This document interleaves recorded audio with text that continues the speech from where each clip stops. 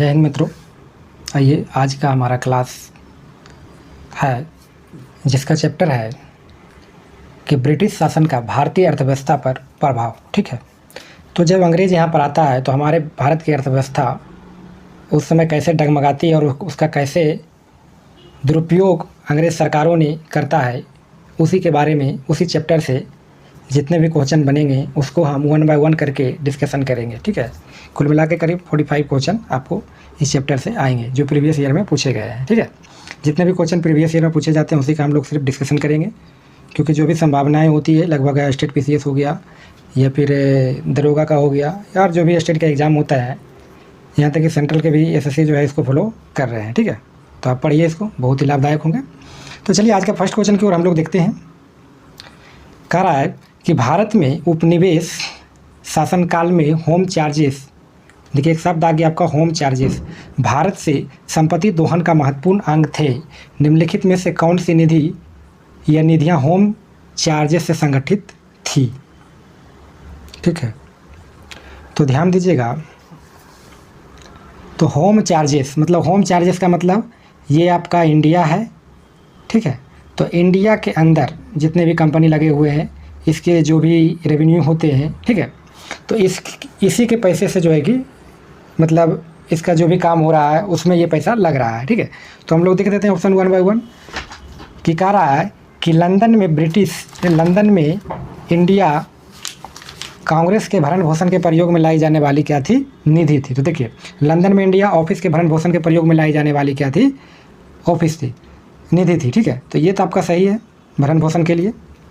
और दूसरा है भारत में कार्यरत अंग्रेजी कर्मचारियों का वेतन पेंशन भी जो है कि भारत के निधि से ही इन लोगों को दिया जाता था। जो भी सैनिक यहाँ पर रहते थे उनके कर्मचारियों का वेतन भी इसी पैसे से दिया जाता है। इंटरनल जो भी कार्य होते थे वहाँ के सचिव को सारे का पैसा इसी से दिया जाता था। ठीक है, और अगला है भारत के बाहर युद्धों के लड़ने में अंग्रेजों द्वारा प्रयोग में, देखिए युद्ध में नहीं दिया जाता था। युद्ध में जो है अंग्रेज सरकार जो भी ब्रिटिश था वो अपना समझे, लेकिन भारत के निधि से इनको पैसा नहीं दिया जाता था। ठीक है, तो कौन कौन हो जाएगा? 1 हो जाएगा, 2 हो जाएगा और ये 3 नहीं होगा। तो ऑप्शन नंबर हमारा क्या हो जाएगा? बी हो जाएगा। ठीक है, ये हो जाएगा आंसर। चलिए नेक्स्ट क्वेश्चन की ओर देखते हैं। क्वेश्चन है डिफिकल्ट क्योंकि आईएएस का क्वेश्चन है। चलिए क्वेश्चन नंबर 2 देखते हैं। कह रहा है कि शब्द इंपीरियल प्रेफरेंस का प्रयोग किया जाता था। देखिए शब्द इंपीरियल प्रेफरेंस का प्रयोग किया जाता था। इंपीरियल प्रेफरेंस ध्यान दीजिएगा, इंपीरियल प्रेफरेंस। ठीक है, इसका जो प्रयोग किया जाता था भारत में ब्रिटिश आयातों पर दी जाने वाली विशेष छूट के लिए किया जाता था। ठीक है, तो विशेष छूट के लिए किया जाता था। तो हमारा ऑप्शन नंबर देख लीजिए 1 में है कि भारत में ब्रिटिश आयातों पर यानी जो भी यहाँ पे आता था उस पर विशेष छूट दिया जाता था। इसी को कहते हैं imperial preference. Preference means he वही हो जाता है छूट की तरह से इसको। तो भारत में जो भी आपका आयात होता था उस पर विशेष रियायत देता था। कौन? तो ब्रिटिश सरकार देता था। जैसे यहाँ से जो भी कच्चे माल भारत से ले जाते थे, है ना, भारत से आपका क्या करता था? कच्चे माल ले जाता था आपका, ये आपका यहाँ पर ये आपका ब्रिटेन ले जाता था। ठीक है, ब्रिटेन आपका ले जाता था यहाँ पे कच्चे माल ले जाते हुए, और उसके बाद क्या करता है इस कच्चे माल का उपयोग करके मशीनीकरण करके वहाँ से वस्त्र और जो भी चीज़ें हैं उसको पैक करके जो है इंडिया भेज देता है, ताकि यहाँ जो है एक इसका बिजनेस भी हो गया, इधर से भी कच्चे माल में बिजनेस हो गया, यानी दोनों तरफ से जो दोहन कर रहा था इसको। ठीक है, इसी में याद रखिएगा, थोड़ा हम बता देना चाहते हैं। एक अंग्रेज अधिकारी था जिसका नाम था सुलीवान था। क्या था इसका नाम? सुलीवान। जब ये चीज़ आ गया तो थोड़ा हम डिस्कशन कर देते हैं, कहीं कहीं आपको पूछ सकता है। ठीक है, सुलीवान था और ये बोलता है ठीक है कि गंगा नदी, ठीक है, ये गंगा नदी आपका यहाँ से निकलती है। ठीक है, ये गंगा नदी निकलती है। तो गंगा नदी से बोलता है, ये कहता है कि गंगा के किनारे से प्रत्येक अच्छी वस्तु जो है सोख लेती है। ठीक है, तथा इसे फिर टेम्स के किनारे निचोड़ देती है। यानी बोलता है कि हमारा ऐसा प्रणाली है कि गंगा के किनारे, ठीक है, जो भी है कपास हो सारे वस्तुओं को यहाँ क्या करता है? लोड करता है, और यह जो है यहाँ पर सोख लेता है, अच्छी वस्तु को सोख लेता है, और टेम्स के किनारे जो है इसको, टेम्स यहाँ लंदन में है, लंदन के किनारे टेम्स है ना, टेम्स के नदी किनारे कौन है? लंदन है, वहाँ जाकर निचोड़ देता है। तो ये जो सुलीवान एक अंग्रेज अधिकारी था वही बोला था। ठीक है, ये भी इंपॉर्टेंट क्वेश्चन है, याद रखेंगे। तो शब्द इंपीरियल प्रेफरेंस का प्रयोग हो गया आयात के लिए, तो आयात में वो छूट देता था इसी के लिए, तो 2 का क्या हो जाएगा? 1 हो जाएगा। चलिए नेक्स्ट क्वेश्चन देख लेते हैं। क्वेश्चन नंबर 3 आपका है। क्वेश्चन नंबर 3 है कि ब्रिटिश शासन के दौरान भारत में उद्योगों का कोई स्वतंत्र विकास नहीं हुआ। तो ध्यान दीजिएगा, भारी उद्योगों का अभाव। क्वेश्चन कह रहा ब्रिटिश शासन के दौरान भारत में उद्योगों का कोई स्वतंत्र विकास नहीं हुआ, इसका क्या कारण था? तो इसका कारण देख लेते हैं। भारतीय उद्योगों का अभाव, जी नहीं। विदेशी पूंजी की कमी, जी नहीं। प्राकृतिक संसाधनों की कमी, एवरी सारे चीज़ अवेलेबल थे। ऑप्शन नंबर डी कह रहा है धनिक वर्ग द्वारा भू संपत्ति में निवेश करने का तरहीज दिया जाना, यानी जो भी धनिक वर्ग था, है ना, उसको भू संपत्ति में निवेश करने का वरीयता दिए जाने का कारण जो था, उद्योग की कोई स्वतंत्रता का विकास नहीं हुआ। हालांकि आप ध्यान दीजिएगा, तो उस समय जमींदारी जो था, जमींदारी पर था, ठीक है। इससे क्या करता है आपको, ये धनिक वर्ग को, जो रिच पर्सन होते हैं, उसी को ही प्रियोरिटी देता है ये ना कि इसको रियायती को देता है, ठीक है। मतलब किसान को भी नहीं देता है, गरीब नीचे वर्ग को भी नहीं देता है। तो इससे जो है कि विकास नहीं हुआ इसका मूल रूप से उद्योगों का। तो हमारा ऑप्शन नंबर क्या हो जाएगा, डी हो जाएगा। चलिए नेक्स्ट क्वेश्चन देखते हैं। क्वेश्चन नंबर 4, इस्तमरारी, याद रखिए, इस्तमरारी बंदोबस्त किसने लागू किया? तो देखिए थोड़ा सा ध्यान दीजिएगा, क्वेश्चन तो है डिफ़िकल्ट, लेकिन आप जान जाएंगे तो सारे क्वेश्चन इस पर डील करेंगे जितने भी क्वेश्चन पूछे जाएंगे। तो आप नाम सुने होंगे, अस्थाई बंदोबस्त का नाम सुने होंगे, ठीक है। अस्थाई बंदोबस्त याद रखिएगा सर। अस्थाई बंदोबस्त जो आपका होता है 1793 ईस्वी में लॉर्ड कॉर्नवालिस करता है। कौन करता है?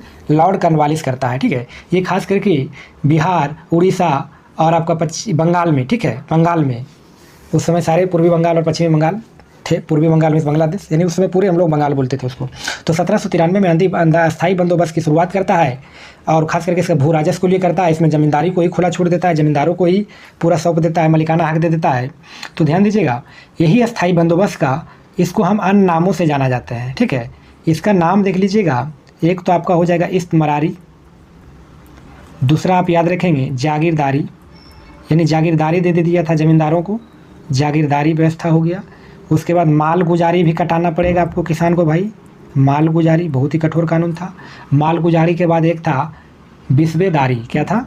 बिस्वेदारी था, बिस्वेदारी, याद रखिएगा, ये नामों से जाना जाता है, ठीक है।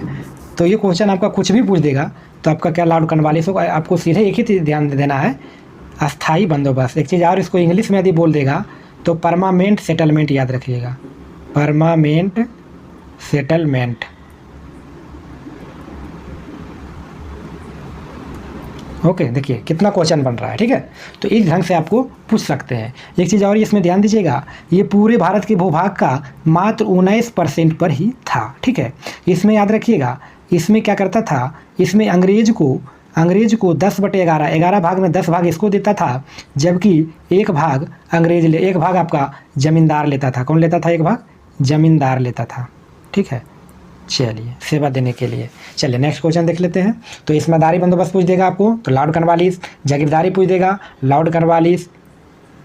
चलिए नेक्स्ट क्वेश्चन देख लेते हैं। कुछ भी पूछ देगा इससे संबंधित तो आपका लॉर्ड कॉर्नवालिस। चलिए नेक्स्ट क्वेश्चन देख लेते हैं। क्वेश्चन नंबर 5 है कि किसके काल में अस्थाई बंदोबस्त प्रारंभ किया गया था? आँख मूंद के मारिए, लॉर्ड कॉर्नवालिस। देखिए कितना बार पूछा गया है। चलिए नेक्स्ट क्वेश्चन, क्वेश्चन नंबर 6 है कि अस्थाई बंदोबस्त किससे किया गया था? देखिए परमानेंट सेटलमेंट किससे किया गया था? तो देखिए ज़मींदारों से किया गया था। किससे किया गया था? डायरेक्ट ज़मींदार से किया गया था, जिसमें 10/11 अंग्रेज लेगा और 1/11 जो था आपका ज़मींदारी लेगा, ठीक है। ऐसा करके किया गया था। ये 19% भूभाग पर था। तो ज़मींदारों से, किसान से नहीं था, ठीक है। आगे हम लोग पढ़ेंगे रैयतवाड़ी, उसमें भले मालिकाना हक रैयतों को दे दिया। रैयत माने ही होता है किसान, तो किसानों को दे दिया गया। तो हमारा क्या इसमें आंसर हो जाएगा? अस्थाई बंदोबस्त किससे किया गया था? तो जमींदारी से किया गया था। किससे किया गया था? जमींदारी, ऑप्शन नंबर 1। चलिए नेक्स्ट हम लोग देख लेते हैं क्वेश्चन नंबर 7। क्वेश्चन नंबर 7 भी ऐसे आँख मूंद के मार दीजिए। अस्थाई बंदोबस्त किसके साथ किया गया था? तो जमींदारों के साथ किया गया था। चलिए next question, question number 8। Question number 8 का रहा है, किस गवर्नर जनरल ने भारत में अस्थाई भू राजस्व व्यवस्था स्थापित किया था? तो देखिए भू राजस्व अस्थाई व्यवस्था बोलता है तो सबसे पहले ही आपका लॉर्ड कॉर्नवालिस करता है 1793 ईस्वी में, ठीक है। तो ऑप्शन हमारा क्या हो जाएगा? सी हो जाएगा, लॉर्ड कॉर्नवालिस हो जाएगा। ओके, चलिए अगला क्वेश्चन है, लॉर्ड कॉर्नवालिस अस्थाई बंदोबस्त क्या किया? अभी जस्ट हम लोग कई बार हम लोग डिस्कशन कर चुके हैं। तो ऑप्शन नंबर डी, 1793 में। इसको अन्य नामों से जाना जाता है। इस्तमरारी व्यवस्था हो गया, जागीरदारी, मालगुजारी, बिस्वेदारी, ऑलरेडी हम लोग डिस्कशन कर चुके हैं। Permanent settlement. चलिए नेक्स्ट क्वेश्चन देख लेते हैं। क्वेश्चन नंबर 10, क्वेश्चन नंबर 10 कहता है कि 1793 में लॉर्ड कॉर्नवालिस की भू व्यवस्था प्रणाली लागू होने के बाद कानून विवादों की प्रवृत्ति में बढ़ोतरी देखी गई थी। निम्नलिखित प्रावधानों में से किस एक को सामान्यतः इसके कारक के रूप में जोड़ देता था? तो देखिए, इसमें तो रैयत की तुलना जागीरदारी की स्थिति को अधिक सशक्त बनाना, ईस्ट इंडिया कंपनी को जमींदारों को अधिकृत बनाना, न्यायिक पद्धति का अधिक कुशल बनाना, इनमें से देखिए कोई भी सही नहीं है। ठीक है, तो ऑप्शन नंबर हमारा क्या हो जाएगा? डी हो जाएगा। क्या हो जाएगा आपका? ऑप्शन नंबर क्या हो जाएगा? डी हो जाएगा। ठीक है, चलिए नेक्स्ट क्वेश्चन हम लोग देख लेते हैं। क्वेश्चन नंबर 11 कह रहा है चिरस्थायी बंदोबस्त 1793 के अंतर्गत जमींदारों से उपेक्षा की गई थी कि वह खेतिहर पट्टा जारी करेंगे। उनके जमींदारों ने पट्टा जारी नहीं किए। इसका कारण क्या था? जमींदारों के ऊपर किसानों का विश्वास था, जमींदारों के ऊपर कोई सरकारी नियंत्रण नहीं था। ठीक है, तो इसके ऊपर जो मेन था पट्टा जारी करेंगे, इसका मेन वजह यही था कि ये जो था आपका जमींदारों के ऊपर कोई सरकारी नियंत्रण नहीं था और ये सरकार को तो बोलता था कि हम आपको 10/11 देंगे और ये 1/11 रखेगा, और ये मनमन्ना जो था आपका वसूल करता था। ठीक है, मनमन्ना आपका राजस्व वसूल करता था, आपका पूरा भरपेट वसूल करता था, अपने रख लेता था और सरकार को जो है कि कंपनी को रिटर्न कर देता था। क्वेश्चन नंबर हम लोग देख लेते हैं 12। क्वेश्चन नंबर 12 कह रहा है कि बिहार में परमानेंट सेटलमेंट लागू करने का कारण था। तो देखिए, परमानेंट सेटलमेंट, देखिए अस्थाई बंदोबस्त, परमानेंट अभी हम लोगों ने डिस्कशन किया, परमानेंट सेटलमेंट, तो क्या हो जाएगा? अस्थाई बंदोबस्त। तो देखिए, जमींदारों को ज़मीन पर अधिकार न रहना, जमींदारों के लिए ज़मीन पर वंश परंपरागत अधिकार स्वेच्छा से हस्तांतरित करने का निर्णय अधिकार, भू राजस्व का निर्णय लेना। ठीक है, तो हमारा जो है ऑप्शन नंबर सी ही होगा। खास करके ये जो आपको लाया गया था तो भू राजस्व से ही संबंधित लाया गया था कि उसको जो है कि वसूलना है, तो यही हमारा ऑप्शन नंबर क्या हो जाएगा? सी हो जाएगा। ठीक है, परमानेंट सेटलमेंट। चलिए नेक्स्ट क्वेश्चन देख लेते हैं।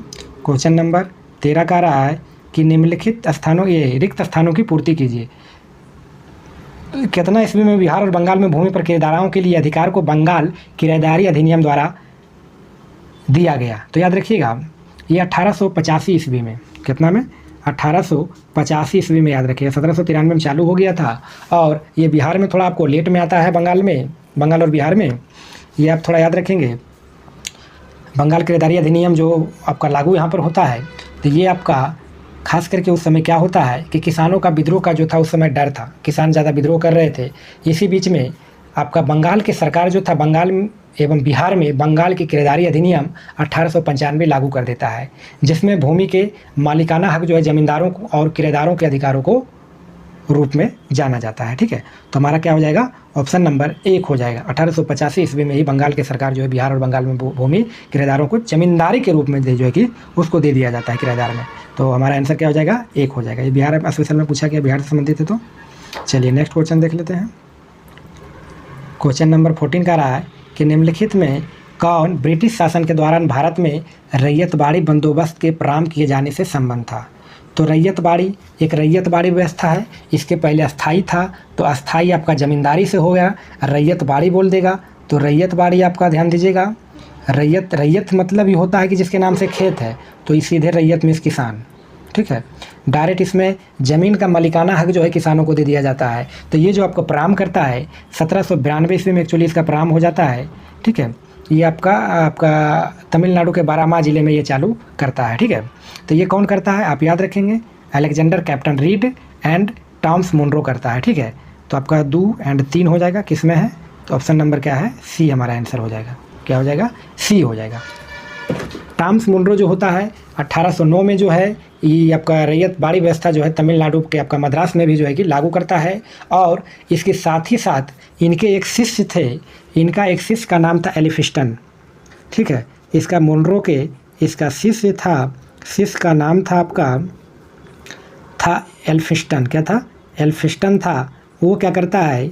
एल्फिस्टन जो है आपका ये मुंबई प्रेसिडेंसी में लागू कर देता है। क्या कर देता है? ये मुंबई में पूछता है क्वेश्चन, तो मुंबई और मद्रास में खास करके ये आपका लागू था। ठीक है, इसमें एकदम ये क्वेश्चन बहुत इंपॉर्टेंट है। किसानों को इसमें जो है रैयतबाड़ी व्यवस्था में, रैयत में से किसान, तो किसानों का बाड़ी यानी किसानों को मालिकाना हक इसमें दे दिया जाता है। ठीक है, चलिए नेक्स्ट क्वेश्चन हम लोग देखते हैं। क्वेश्चन नंबर 15 क्वेश्चन नंबर 15 है कि भू राजस्व की स्थायी बंदोबस्त एवं रैयतवाड़ी प्रणाली से क्रमशः शुरू कहाँ किया जाता है? सबसे पहले मद्रास में किया जाता है, सबसे पहले मद्रास में किया जाता है, और उसके बाद जो है आपका इनके दोस्त जो थे, मुनरो के दोस्त जो थे, मुनरो के दोस्त आपका होता है क्या है, रैयतवाड़ी व्यवस्था है ना। तो मुनरो के दोस्त आपका एल्फिंस्टन भी था, वो भी आपका कहाँ करते हैं, मुंबई रहेगा तो मुंबई में मारिएगा। तो ऑप्शन नंबर 1 हो जाएगा बंगाल तथा मद्रास हो जाएगा। बंगाल में भी जो है कि इसका कुछ क्षेत्रों पर भी आकर के करते हैं, ठीक है। इसमें अस्थाई ये रैयतवाड़ी व्यवस्था में क्या होता है, कितने % क्षेत्र पर होता है? सबसे ज़्यादा क्षेत्रफल यही था, क्योंकि किसानों के हाथ में ये था 51% पर जो है कि ये दिया गया था, ठीक है। ये मद्रास, मुंबई तथा पूर्वी बंगाल के एवं असम में कुछ क्षेत्रों में जो है कि ये था। समझ सकते हैं 51% बहुत ज़्यादा होता है। और इसमें इसी में 1836 ईस्वी में याद रखिएगा सुधार किया जाता है। इसका सुधार जो करता है विनगेट करता है। कौन करता है? विनगेट करता है। विनगेट एवं गोल्ड स्मिथ करता है, ठीक है। इसको सुधार करता है। ये भी क्वेश्चन बनते हैं, हालांकि ये आपको कमीशन लेवल में ही जो आपको पूछे जा सकते हैं, गोल्ड स्मिथ। तो चलिए, भू राजस्व के स्थायी बंदोबस्त रैयत में कहाँ? तो पंजाब और बंगाल, पंजाबी तो छटिए जाएगा, बंगाल तथा मद्रास हो जाएगा। ऑप्शन नंबर 1 है, उन्हें होता तो ऑप्शन नंबर सी भी हो सकता था, ठीक है। चलिए नेक्स्ट क्वेश्चन हम लोग देख लेते हैं। क्वेश्चन नंबर आपका है कि सर थॉमस मुनरो भू राजस्व बंदोबस्त से संबंधित थे। तो देखिए, सर थॉमस मुनरो जो थे ये आपका रैयतवाड़ी व्यवस्था की शुरुआत करते हैं। तो ऑप्शन हमारा क्या हो जाएगा? सी हो जाएगा। अस्थाई बंदोबस्त, कर्नवालिस आप जानबे करते हैं, कर्नवालिस, इसको कई नामों से भी जाना जाता है ये अस्थाई बंदोबस्त को। अब महलवाड़ी आगे पढ़ेंगे, हॉल्ट मैकेंजी याद रखिएगा, मैकेंजी, ठीक है, मैकेंजी याद रहेंगे, मार देंगे आप, ओके। चलिए अगला क्वेश्चन है, ब्रिटिश व्यवस्था में रैयतवाड़ी भू राजस्व संग्रह प्रचलित था। तो देखिए, रैयतवाड़ी जो आपका प्रचलित था, रैयतवाड़ी आपका प्रचलित था, तो ये दक्षिण भारत तो साउथ में आपका मद्रास हो ही जाएगा। अब पश्चिम में तो मुंबई में इनका दोस्त जो एल्फिंस्टन था वो मुंबई में करता है, तो मुंबई आपका क्या हो जाएगा? पश्चिम भारत हो जाएगा। तो आपका ये भी सही है, ये भी सही है, तो इसका आंसर सी एंड डी हो जाएगा। इसका आंसर क्या हो जाएगा? C+D हो जाएगा, ठीक है। चलिए नेक्स्ट क्वेश्चन नंबर 18 हम लोग देख लेते हैं कि मद्रास के रैयतवाड़ी बंदोबस्त में कौन संबंधित रहा था। देखिए, रैयतवाड़ी बंदोबस्त बोलेगा तो रैयतवाड़ी तो मुनरो तो आपका रहेंगे ही रहेंगे, मुनरो तो आपका हो ही जाएगा, मुनरो संबंधित है रैयतवाड़ी से। और उसके बाद एक्चुअली आपका सबसे पहले मुनरो ही आ रहा है, यही इनका जो है मद्रास में बोल रहा है, वहीं आपका मुंबई में बोल देगा। तो मुंबई में आपका इनके शिष्य थे एल्फिंस्टन हो जाएगा। तो कह रहा है कौन संबंधित है मद्रास से, तो मुनरो है, तो ऑप्शन नंबर हमारा क्या हो जाएगा? सी हो जाएगा, ठीक है। ये करीब आपको 1809 ईस्वी के आसपास में याद रखेंगे, इनके विभिन्न क्षेत्रों पर जो है कि करते हैं। चलिए नेक्स्ट क्वेश्चन देख लेते हैं। क्वेश्चन नंबर, रैयतवाड़ी प्रथा प्रारंभ की गई थी। तो रैयतवाड़ी व्यवस्था प्रारंभ जो करता है ये आपका थॉमस मुनरो करता है। कौन करता है? थॉमस मुनरो करता है, ऑप्शन नंबर 1। चलिए नेक्स्ट क्वेश्चन देख लेते हैं। अंग्रेज़ों ने रैयतवाड़ी व्यवस्था कहाँ लागू किया। तो देखिए, अंग्रेज़ जो थे रैयतवाड़ी व्यवस्था करता है मध्य बंगाल में भी करता है, मद्रास में भी करता है, बम्बई प्रेसिडेंसी में भी करता है, ठीक है। तो मद्रास और बम्बई दोनों हो जाएगा। ऑप्शन नंबर क्या हो जाएगा? डी हो जाएगा, ठीक है। ऑप्शन नंबर क्या हो जाएगा? डी हो जाएगा। चलिए नेक्स्ट क्वेश्चन है कि अंग्रेज़ों ने रैयतवाड़ी व्यवस्था सर्वप्रथम कहाँ करता है। तो सीधे आँख मूंद के मार सकते हैं कि नहीं, अभी हम लोगों ने बहुत डिस्कशन किया, मद्रास रेसिडेंसी। इसके बाद आपका मुंबई रेसिडेंसी, बम्बई उस समय नाम जाना जाता था, बम्बई का नाम मुंबई कर दिया गया 1995 में कर दिया गया। अब मद्रास जो था सबसे पहला नगर पालिका मद्रास ही था, नगर निगम भी बोल सकते हैं। चलिए अगला हो जाएगा, रैयतवाड़ी बंदोबस्त के संदर्भ में निम्नलिखित में कथनों पर विचार कीजिए। तो विचार क्या करेंगे भाई, देख लीजिए। रैयतवाड़ी व्यवस्था में था क्या, किसानों द्वारा लगान सीधे सरकार को दिया जाता, बिल्कुल सही था, इसमें कोई ज़मींदार नहीं आता था। इसके उल्टा स्थायी बंदोबस्त में डायरेक्ट ज़मींदार आता था। सरकार रैयत को पट्टे देती थी, सरकार क्या करता था, रैयत को जो है कि पट्टे देता था, तो सही है, उसी पर से पट्टा लेता था। डायरेक्ट रैयत मीन्स किसान, रैयत मीन्स सीधे किसान, याद रखिए। रैयतवाड़ी मीन्स किसानों का खेती, बाड़ी मीन्स खेती बाड़ी होता है ना। चलिए, कर लगाने के पूर्व भूमि का सर्वेक्षण और मूल्य निर्धारण किया गया था। कर लगाने के पूर्व भूमि और सर्वेक्षण। देखिए जब लगाने का रहता था, मैंने कुछ भी खेती करना है तो दोनों का सबसे पहले भूमि का निर्धारण होता है। इसे भी आज भी हम लोग जो भी खेती करते हैं तो पट्टा लगा देते हैं कि इतना क्या गेहूँ देना है, इतना चावल देना है, इतना पैसा देना है ना, सारे चीज़ वो लगते हैं। आजकल भी गाँव में पट्टे पर लगते हैं, वो सब पट्टे भी सारे उन्हीं की देन है। तो देखिए तो क्या बोल रहा है, तीनों सही हो जाएंगे। ठीक है, तो 1 2 और 3, ऑप्शन नंबर सी। चलिए नेक्स्ट हम लोग देख लेते हैं क्वेश्चन नंबर 23 कहता है कि वह प्रथा जिसके तहत किसान स्वयं भूमि का मालिक होता है और सरकार के भू राजस्व के भुगतान के लिए जिम्मेदार माना जाता है। तो ये हमारा हो जाता है रैयतबाड़ी प्रथा। ठीक है, रैयत लग गया तो किसान, और महलबाड़ी इसमें पूरे 51% क्षेत्र पर प्रथा भारत का। ठीक है, अब महलबाड़ी याद रखिएगा 30% पूरे भारत का। अरब का ज़मींदारी भी बोल सकते हैं, ज़मींदारी भी बोलिए इसको, और इसका जागीरदारी भी बोल सकते हैं, है ना। दसाला तो उस समय था 1780 में आपका हो गया। अंग्रेजी आपका उसी समय मुगल के समय 10 है। ठीक है, वो भी टोडर मल के समय का 10 है। ज़मींदारी जागीरदारी बोल देगा तो आपका ये हो जाएगा कॉर्नवालिस के समय का। इसमें भले ज़मींदारी प्रथा जो था ये आपका, इसी को ज़मींदारी प्रथा बोलते हैं, अस्थाई बंदोबस्त को। ठीक है, अस्थाई बंदोबस्त को, इसमें ज़मींदारी को दिया गया था, ये था आपका 19% था पूरे क्षेत्र का, 19%। ठीक है, चलिए तो कह रहा है वो आपका हो जाएगा, क्या हो जाएगा, ऑप्शन नंबर बी हो जाएगा, किसानों के लिए रैयतबाड़ी प्रथा। नेक्स्ट क्वेश्चन की ओर बढ़ते हैं। क्वेश्चन नंबर 24 है। क्वेश्चन नंबर 24 कहता है कि ब्रिटिश सरकार ने भारत के अलग भागों में भू राजस्व की अलग अलग व्यवस्था लागू की थी। ठीक है, तो बिल्कुल सही है, सभी अलग अलग देश के अलग अलग क्षेत्रों में अलग अलग भू राजस्व वसूलने की विधि लागू करता है। जैसे में आप जान जाइए, अस्थाई बंदोबस्त आपका हो जाता है, अस्थाई बंदोबस्त अस्थाई देखे हैं कहाँ, बिहार बंगाल के आसपास में। रैयतबाड़ी हो जाता है, महलबाड़ी पंजाब के आसपास में होता है, मध्य प्रांत में होता है। यानी अलग अलग देखिए, देख लेती है ना, हिस्सेदारी हो जाएगा, ज़मींदारी हो जाएगा, जागीरदारी हो जाएगा, सारे जो है कि आपके आ जाते हैं इसमें। इससे भारतीय किसानों को अलग वर्ग बन गए। बिल्कुल सही है, इसका अलग अलग वर्ग बन गया। कहीं ज़मींदारी से वसूला जा रहा है तो कहीं किसान अपने डायरेक्ट कर रहा है। ठीक है, तो हमारा जो है दोनों सही है, ए और आर दोनों सही है। तो ऑप्शन नंबर 1 आ जाएगा हमारा। देख लेते हैं इसका ऑप्शन में क्या 1 नंबर में है। ऑप्शन नंबर 1 है, ए और आर दोनों सही है, और आर जो है ए की सही व्याख्या करता है, तो यही हमारा ऑप्शन नंबर 1 हो जाएगा। ठीक है, चलिए नेक्स्ट क्वेश्चन देख लेते हैं। क्वेश्चन नंबर 25 कहता है पंजाब भूमि हस्तांतरण अधिनियम कब पारित होता है। तो पंजाब भूमि हस्तांतरण अधिनियम कब पारित होता है, तो ये जो पारित होता है 1900 ईस्वी में पारित होता है। तो ऑप्शन नंबर क्या हो जाएगा, सी। तो देखिए पंजाब भूमि हस्तांतरण अधिनियम क्या है, यह एक ऐसा अधिनियम है कि जिसमें कृषक मैंने जो भी खेती करता था, किसान के भूमि को गैर कृषकों के पास जो है हस्तांतरित होने समाप्त कर दिया। जैसे अब कोई किसान है, मान लीजिए आपका खेत है, ठीक है, ये फलना के नाम से मान लिया जाए, कोई शर्मा जी का खेत है ये, ठीक है, और अब कोई आ जाए, ये ठाकुर जी बोले कि मेरा खेत है, तो ये हालांकि इनके रैयतबाड़ी व्यवस्था के हिसाब से जो है कि इनको मिला हुआ है, इनके नाम से रैयती है ना, तो इनको नहीं मिलेगा। यही अधिनियम के साथ इसको जो है कि रोका गया कि नहीं, आपका खेत है तो आप ही का इस पर मालिकाना हक है। तो ऑप्शन नंबर क्या हो जाएगा, सी हो जाएगा। इस अधिनियम के तहत जो है इसको रोका जाता है 1900 ईस्वी में। चलिए नेक्स्ट क्वेश्चन देख लेते हैं।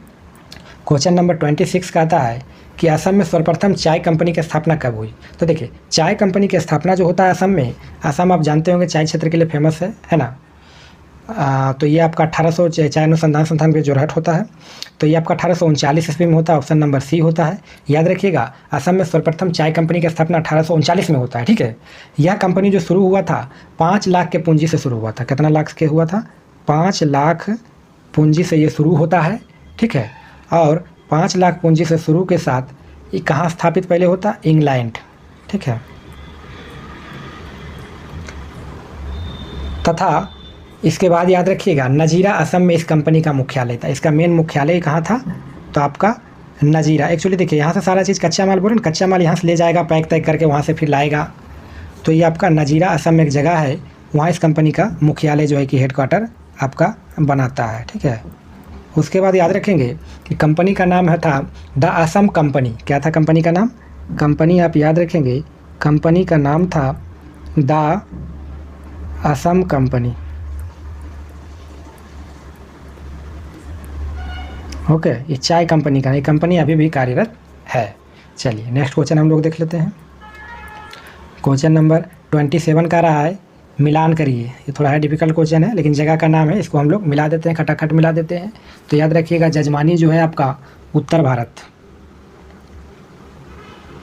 12 बलूट हो जाएगा, 12 बलूट आपका ये महाराष्ट्र, ठीक है।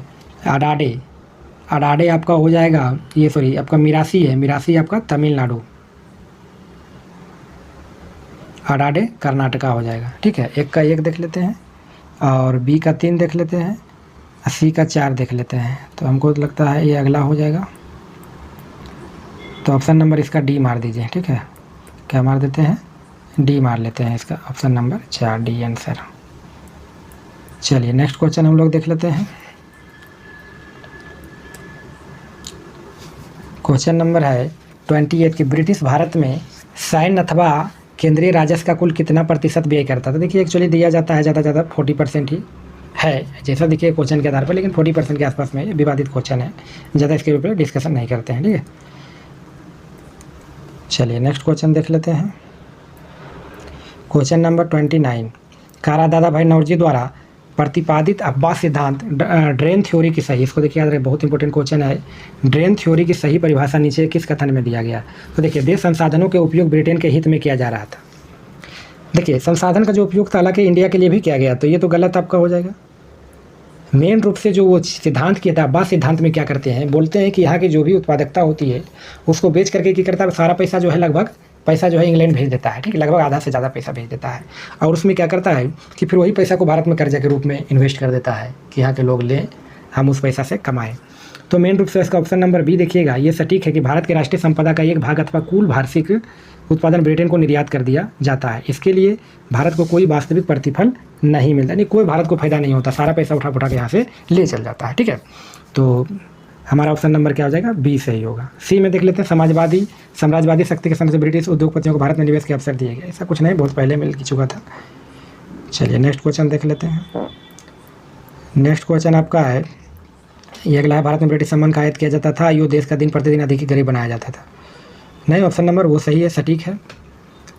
बहिर्गमन सिद्धांत में एक चीज़ और आप थोड़ा याद रखेंगे, इनकी एक किताब थी, दादा भाई नौरोजी धन के सिद्धांत का जो वर्णन करते हैं सबसे पहले यही करते हैं। इनका किताब का नाम है पोएट्री एंड ब्रिटिश, ठीक है,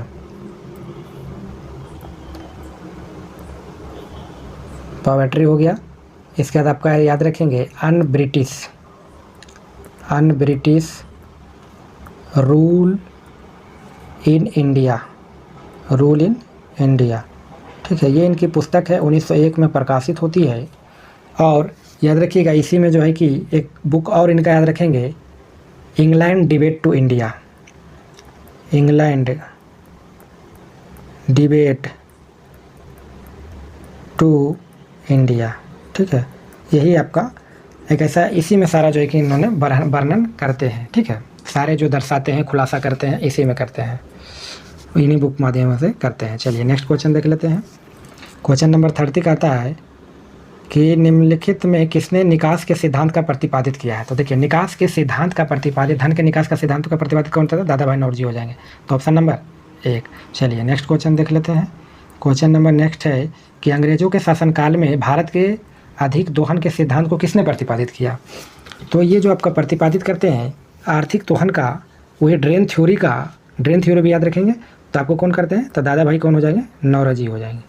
हालांकि इसका जो था सर सैयद अहमद खान जो थे इसका सपोर्ट नहीं करता है। क्वेश्चन पूछा जाएगा कि सर सैयद एक अहमद खान थे, सर सैयद अहमद खान थे जो इनको सपोर्ट नहीं करता था, क्योंकि वो मुस्लिमों को वर्चस्व बढ़ाना चाहता था,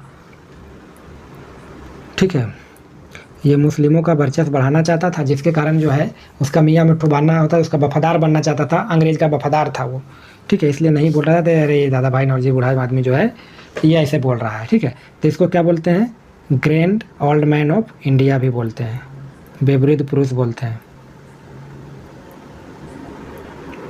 grand old man of India, ठीक। चलिए नेक्स्ट क्वेश्चन देख लेते हैं। क्वेश्चन नंबर 32, निम्नलिखित कथनों पर विचार कीजिए। देखिए इस तरह के आईएएस में क्वेश्चन पूछे जाते हैं तो आपको डिफिकल्ट तो लगेगा ही लगेगा। कह रहा ब्रिटिश काल में सामान्यतः भारत का व्यापार संतुलन अनुकूलन था। तो ये सही है कि सामान्यतः भारत का व्यापार संतुलन अनुकूल था ब्रिटिश काल में। धन की निकासी का स्वर्णिम अप्रतिफलित निर्यात था, ये भी आपका सही है। ठीक है, दोनों सही, ए और आर क्या है, दोनों सही है। और इसमें ए और आर दोनों सही है तो आर जो है ए की सही व्याख्या भी करता है। मैंने व्यापार संतुलन था और धन की निकासी स्वरूप अप्रतिफलित था, जो कि भारत के हित में नहीं था और सारा पैसा ले जाता था। अभी हम लोगों ने पीछे डिस्कशन किया, मैंने भारत के लिए कोई प्रतिफलित नहीं था। चलिए नेक्स्ट क्वेश्चन देख लेते हैं। क्वेश्चन नंबर 33, भारत में उपनिवेशवाद का आर्थिक आलोचक कौन थे? तो देखिए उपनिवेशवाद का मतलब वो जो निकासी कर रहा है तो वो कौन था? तो हमारा हो जाएगा, तीनों थे, दादा भाई नौरोजी भी हो जाएंगे, अय्यर भी हो जाएंगे, आरसी दत्त भी हो जाएंगे, तीनों हो जाएंगे। ठीक है, और एक चीज़ याद रखिएगा, इनके सपोर्ट में भी आए थे एमजी रनाडे भी, आप याद रख सकते हैं, एमजी रनाडे। ठीक है, और ये जो थे आपके आईसीएस अधिकारी थे, कौन थे? आईसीएस अधिकारी थे। आरसी दत्त जी जो थे क्या थे? आईसीएस अधिकारी थे। इन्होंने ही भारत का आर्थिक इतिहास नामक पुस्तक भी लिखा है। ये जो थे आपका आरसी दत्त ही एक पुस्तक लिखते हैं, उस पुस्तक का नाम है भारत का आर्थिक इतिहास। भारत का आर्थिक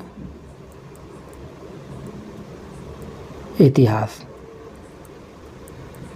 ओके, चलिए आगे इसी में आप थोड़ा ध्यान दीजिएगा कि जी सुब्रमण्यम अय्यर भी थे, जीवी जोशी भी थे, है ना, ये लोग सारे मिलकर इनको सपोर्ट करते हैं। और यहाँ तक कि जीके गोखले भी जो थे आपके यहाँ तक इनको इस चीज़ में सपोर्ट करते हैं।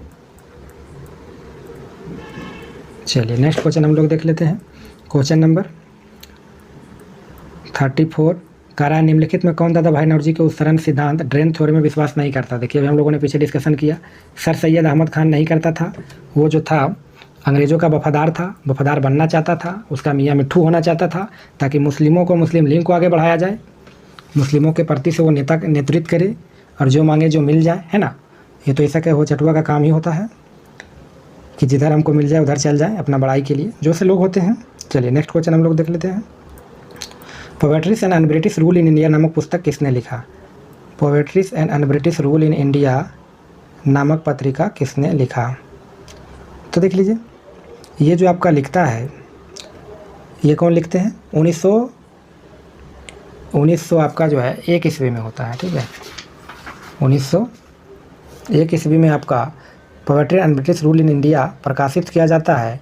और इसके जो है संस्थापक जो हैं, लिखने वाले जो हैं, कौन लिखते हैं? तो दादा भाई नौरोजी लिखते हैं। ठीक है, दादा भाई नौरोजी सॉरी। और एक चीज़ याद रखिएगा, 1865 ईस्वी में 1865 ईस्वी में WC बनर्जी, कांग्रेस के अध्यक्ष जान लीजिए, WC बनर्जी के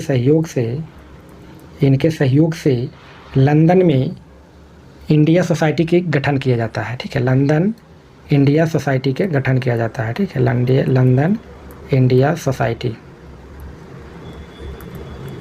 का क्या किया जाता है? गठन किया जाता है। ठीक है, नेक्स्ट। और याद रखेंगे कि 1892 ईस्वी में 1892 ईस्वी में याद रखिएगा कि दादा भाई नौरोजी जो है ये लिबरल पार्टी, एक लिबरल पार्टी है, वहीं है कंजर्वेटिव पार्टी है, लेबर पार्टी है, तो ये लिबरल याद रख लीजिएगा, लिबरल पार्टी, उदारवादी पार्टी के टिकट से क्या होता है? ब्रिटिश हाउस ऑफ कॉमन्स में जो है कि सदस्य पहले भारतीय होते हैं जो वहाँ आपका जो है कि चुने जाते हैं। ठीक है, तो ये भी इंपॉर्टेंट क्वेश्चन है। चलिए नेक्स्ट क्वेश्चन हम लोग देख लेते हैं। Question number 36, poetry and British rule in India नामक पुस्तक किसने लिखा? तो दादा भाई नौरोजी हो जाएगा, option number D. Next question देख लेते हैं। Question number 37, British of hall Commons में चुने जाने वाले दादा भाई नौरोजी प्रथम भारतीय थे जिन्होंने इस दल के टिकट, अभी हम लोगों ने डिस्कशन किया, कौन? तो उदारवादी दल, इसी को हम लोग लिबरल पार्टी भी बोल सकते हैं, लिबरल पार्टी भी बोल सकते हैं इसको। ठीक है, कौन पार्टी? Liberal party. ओके, थोड़ा ध्यान दीजिएगा सर, ये मजदूर दल मतलब लेबर पार्टी, इसी के क्लेमेंट इटली थे जो उस समय उनका जीत होता है आज़ादी के समय, यही लेबर पार्टी के थे। और विंस्टन चर्चिल जो था, याद रखिएगा, विंस्टन चर्चिल जो गांधी जी को अर्धनंगन फकीर कहता है, ठीक है, विंस्टन चर्चिल, ये आपका कंजर्वेटिव पार्टी से था। कम समवादी दल ही तो हो जाता है आपका कम्युनिस्ट हो जाता है, जैसे चाइना में इसी का है, कम्युनिस्ट पार्टी के एम ड्राई करते हैं 1934 ईस्वी में। चलिए नेक्स्ट क्वेश्चन हम लोग देख लेते हैं। क्वेश्चन नंबर 38 का रहा है कि ब्रिटिश शासन के समय अर्थव्यवस्था को खोखला करने इकोनॉमिक ड्रेन के सिद्धांत के बारे में पुस्तक किसने लिखा है? तो इकोनॉमिक ड्रेन के सिद्धांत के बारे में बोल देगा तो आपका ये तो हो जाएंगे दादा भाई नौरोजी हो जाएंगे। कौन हो जाएंगे? दादा भाई आपका नौरोजी हो जाएगा। ऑप्शन नंबर क्या हो जाएगा? डी हो जाएगा, ठीक है। चलिए नेक्स्ट क्वेश्चन देख लेते हैं। अनुदीकरण के संदर्भ में निम्नलिखित में कौन सा कथन जो है कि सही है? तो यह प्रक्रिया 1813 में स्टार्ट होता है, बिल्कुल सही है। ईस्ट इंडिया कंपनी के व्यापारिक अधिकारों को समाप्ति ने इस प्रक्रिया को तेज कर दिया। इसी में 1813 में क्या करता है, व्यापारिक कंपनी के अधिकार को ही वहाँ की सरकार जो है, ब्रिटिश सरकार जो है, इसको समाप्त कर देता है। तो हमारा दोनों सही है, 1 और 2 क्या है, दोनों सही है। तो ऑप्शन नंबर क्या है? सही है। एक अधिकार जो प्राप्त होता है तो 1833 में, 1813 में ही क्या करता है, यहाँ मिशनरी के तहत जो है कि आपका धर्म को प्रचार करने के लिए जो है कि वहाँ से भेजता है, मैंने छूट दे देता है इसको, ठीक है। चलिए नेक्स्ट हम लोग देख लेते हैं क्वेश्चन नंबर 40। क्वेश्चन नंबर 40 है, निम्नलिखित कथनों पर विचार कि दादा भाई नौरोजी को भारतीय राष्ट्रीय आंदोलन का सर्वाधिक प्रभावी देन थी कि? तो देख लेते हैं। उन्होंने इस बात को अभिव्यक्त किया कि ब्रिटेन भारत का आर्थिक शोषण कर रहा है। देखिए 1 नंबर भी सही है, शोषण बहुत कर रहा था, उसका वर्णन उन्होंने बुक में भी किया।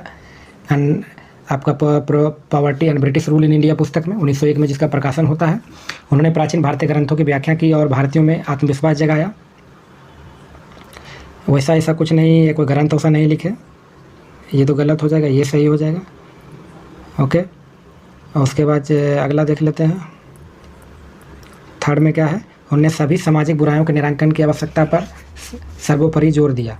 सामाजिक बुराई जी नहीं, ये मेन रूप से इकोनॉमिक पर ध्यान दिए थे। और जो हमारा इंडिया था, इंडिया से जो भी सामान जा रहा था, ठीक है,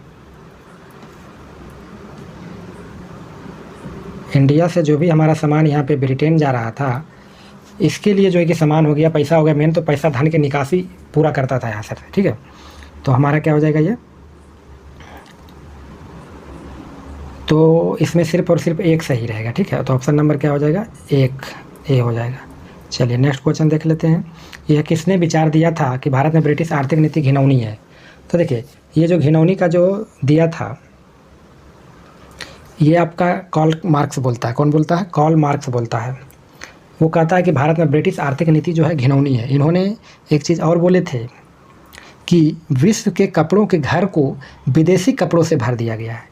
यही बोलते हैं कि विश्व के जो कपड़ा था, कपड़ा का घर को विदेशी कपड़ों से भर देता है, तो कार्ल मार्क्स ही बोलते हैं। थोड़ा याद रख लीजिए इसको। उसी समय जो है कि सोती बस यहाँ तो आपका चरखा उरखा जो भी चलता था सारे को ख़त्म कर देता है। कौन? अंग्रेज़ कर देता है। यहाँ के कुटीर उद्योग जो है ठप पड़ जाती है और सारा मशीनीकरण अंग्रेजों करता है, यहाँ से कच्चा माल पूरा जाता है। तो इसी को लेकर के इसी को नीति को इन्होंने बताया, घिनौनी नीति बताया। कौन? तो आपका कार्ल मार्क्स। चलिए नेक्स्ट क्वेश्चन देख लेते हैं 42। दक्षिण भारत में सिंचाई व्यवस्था का अग्रदूत किसे माना जाता है? तो देखिए आर्थर कॉटन एक थे, ये आपका एक इंजीनियर थे। क्या थे? एक इंजीनियर थे, ठीक है। ये इंजीनियर थे, खास करके ये सिंचाई व्यवस्था में वहाँ के तमिलनाडु में, ठीक है, दक्षिण भारत में जो है कि ये बहुत ही भयानक काम करते हैं। साउथ में तमिलनाडु जितने भी राज्य उधर आसपास में साउथ में हो जाते हैं, आंध्रा से लेकर के नीचे जो भी है, तो उसमें बहुत ही भयानक काम करते हैं। तो कौन हो जाएंगे? इन्हीं को अग्रदूत माना जाता है। तो कौन हो जाएंगे? Option 1 sir Arthur cotton. चलिए नेक्स्ट क्वेश्चन देख लेते हैं। भारत में इतिहास के संदर्भ में निम्नलिखित युग्मों पर विचार करिए। देखिए औरंग क्या था? तो औरंग राजकोष का प्रभारी नहीं था, जबकि यह एक गोदाम था। क्या था? फारसी भाषा है, इसका अर्थ होता है गोदाम। तो ये गोदाम था, ठीक है, गोदाम। कारण निम्नलिखित में कौन सा सही सुमेलित नहीं है? आगे देखेंगे इसका। तो बेनियान, बेनियान को हम लोग बनिया भी बोलते हैं। तो बनिया, तेली बनिया का नाम सुनबे करते हैं। ये ईस्ट इंडिया कंपनी का भारतीय एजेंट था। क्या था? एजेंट। ये तो सही है भैया। मिरासीदार राज्य का नामित राजस्वदाता था। ये भी सही है। तो हमारा 2 और 3 जो है सही रहेगा, समझे। तो देख लेते हैं 2 3 है कहीं पर दिया हुआ, 2 और 3 है, ये है। तो बी हमारा क्या हो जाएगा? 2 और 3। चलिए नेक्स्ट क्वेश्चन देख लेते हैं। करा आर्थिक तौर पर 19वीं शताब्दी में भारत पर अंग्रेजी शासन का एक परिणाम था। क्या परिणाम था? देखिए 19वीं शताब्दी में भारत का अंग्रेजी शासन का एक परिणाम था भारतीय हस्तशिल्प निर्यातों में वृद्धि नहीं होता है तो घट जाता है। स्वामित्व कल कारखानों की स्वामित्व क्या है तो सब पूरा अंग्रेजी करता है। आज़ादी तक होने तक तो हम लोग को दिया ही तक नहीं। भारतीय कृषि का वाणिज्यीकरण बिल्कुल सही है। जनसंख्या नगरीय जनसंख्या में तीव्र वृद्धि ऐसा कुछ नहीं हुआ कि हम लोग को ऐसा दे ही नहीं किया। अभी खेती में बाड़ी में पूरा चौपट करके रखा है। तो देखिए जब 19वीं शताब्दी में याद रखिएगा 1813 में थोड़ा आप ध्यान दीजिए। 1813 ईस्वी में क्या करता है ब्रिटिश सरकार जो है इस चार्टर एक्ट के तहत ईस्ट इंडिया कंपनी का व्यापारिक एकाधिकार जो था समाप्त कर देता है और मुक्त व्यापार की नीति अपनाता है। ठीक है। इसी समय 19वीं सदी में कोई भी सदी रहेगा तो उससे पहले याद रखिएगा 19वां पूछ देगा तो 1800 कुछ ईस्वी में। तो 19वीं सदी में याद रखिएगा अंग्रेजों में औद्योगिक क्रांति हुई थी। औद्योगिक क्रांति कहाँ होता है? अंग्रेजों में इंग्लैंड में होती है औद्योगिक क्रांति। ठीक है 19वीं सदी में होता है। तो औद्योगिक क्रांति होता है इसके लिए क्या करता है भारत में जो है कि एक अच्छा जगह था मतलब कच्चे माल के उत्पादन करने के लिए जो है भाई यहाँ पर तो इसका उपनिवेश ही था। पूरा जितना भी व्यापार करना है और उसको जो है फिर पहुँचाना है ब्रिटेन में बहुत ढंगे कल कारखाने लग गया था और उसमें से जो भी माल मतलब बनता था उसको जो है पैक उक कर करके जो है कि इंडिया में भेज देता था सप्लाई कर देता विदेशों में सप्लाई करता था। हर जगह हर देश में आपका जो है कि उसको भर दिया था। तो वही था कृषि का वाणिज्यीकरण के लिए प्रयोग किया। तो ऑप्शन नंबर हमारा सी है। इसके पहले मूल रूप से भारतीय किसान जो था वही धान चावल गेहूँ यही सब उपजाता था लेकिन वाणिज्यिक में क्या आ गया तो चाय आ जाएगा तंबाकू आ जाएगा नील आ जाएगा ये सब सारे चीज़ की खेती आदि की खेती ये लोग सब करने लगे। रेशम की खेती करने लगे जूट की खेती करने लगे। ठीक है ये सारे चीज़ का खेती करने लगे जो वाणिज्यिक फसलों के उत्पादन में आगे जो है कि ये बहुत योगदान देने लगा। इसका भी जो है कि फ़ायदा बहुत जम करके उठाता है अंग्रेज। ठीक है तो हमारा ऑप्शन नंबर सी। इसी में हस्तशिल्पों में निर्यात नहीं होगा जबकि ठप पड़ जाएगा। स्वामित्व कल कारखाना नहीं हुआ। नगरीय जनसंख्या वृद्धि कैसे होगा जब हमारा ग्रामीण में पूरा लोग इन्वॉल्व कर दिया तो वाणिज्य के खेल की नहीं इसी में खट्टो इतना पैसा देंगे ये करेंगे इतना नहीं देंगे खाना पर आदमी को आफत हो जाता था उस समय। तो चलिए नेक्स्ट क्वेश्चन आज का लास्ट क्वेश्चन 45 नंबर क्वेश्चन देख लेते हैं। 45 नंबर क्वेश्चन है कि निम्नलिखित में कौन सा औद्योगिक क्रांति के द्वारा 19वीं शताब्दी के पूर्वार्ध में भारत पर बड़े प्रभाव की सही व्याख्या करता है। तो देख लीजिए इसमें आपका हो जाएगा इसमें आपका जो होगा भारतीय दस्तकारी उद्योग नष्ट हो गए। ये तो अभी हम लोगों ने भी देखा कि ये तो नष्ट ही हो गया। ये सही है। भारतीय वस्त्र उद्योग मशीनों की बड़ी संख्या में प्रवेश हुआ। भारतीय वस्त्र उद्योग में यहाँ मशीनों से कुछ नहीं लाया। देश के अनेक भागों में रेलवे लाइन वैसा कुछ नहीं था अपने फ़ायदे के लिए बिछा रहा था और पूरा जगह तो नहीं बिछाया। ब्रिटिश उत्पादन के आयात पर भारी शुल्क लगाया गया आयात पर। तो देखिए वो तो प्रलोभन हम लोग को देता था। ये इसमें और क्या देने लगा रियायतें देने लगा छूट देने लगा कि भाई लाभो यहाँ से कच्चा माल ले जाता था और उधर से उसका मशीनीकरण करके जो है कि पूरा पैक करके यहाँ भारत भेजता था तो और रियायतें देता था भारी शुल्क नहीं लगाता था। तो हमारा ऑप्शन नंबर 1 सही है। ठीक है चलिए थैंक यू दोस्तों हम लोग के साथ बने रहने के लिए आपको बहुत बहुत